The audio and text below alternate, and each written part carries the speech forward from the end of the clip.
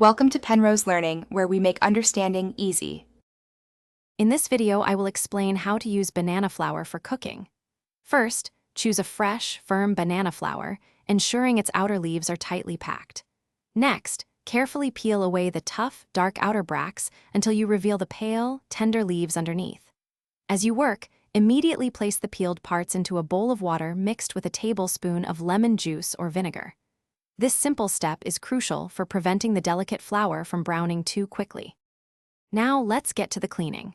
Separate the small florets from the tender inner leaves. For each floret, you'll need to remove two tiny parts, the clear, plastic-like pistil and the hard, triangular stamen. These can be a bit bitter if left in. Once cleaned, chop the florets and inner leaves into your desired size. To further reduce any bitterness, boil the chopped banana flour in salted water for about 10 to 15 minutes, then drain thoroughly.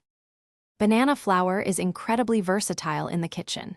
It shines in curries, fresh salads, and quick stir-fries, offering a unique texture. Its mild flavor means it readily absorbs the spices and sauces you use, making it perfect for both spicy and tangy preparations. When cooking, aim for tenderness, which typically takes about 15 to 20 minutes in a simmering curry. Its fibrous nature also makes it an excellent plant-based alternative to meat in many recipes. Beyond its culinary appeal, the banana flour offers several health benefits. It's a good source of dietary fiber, antioxidants, and essential minerals like iron and magnesium. These nutrients contribute to overall well-being, supporting digestive health and potentially helping to manage blood sugar levels.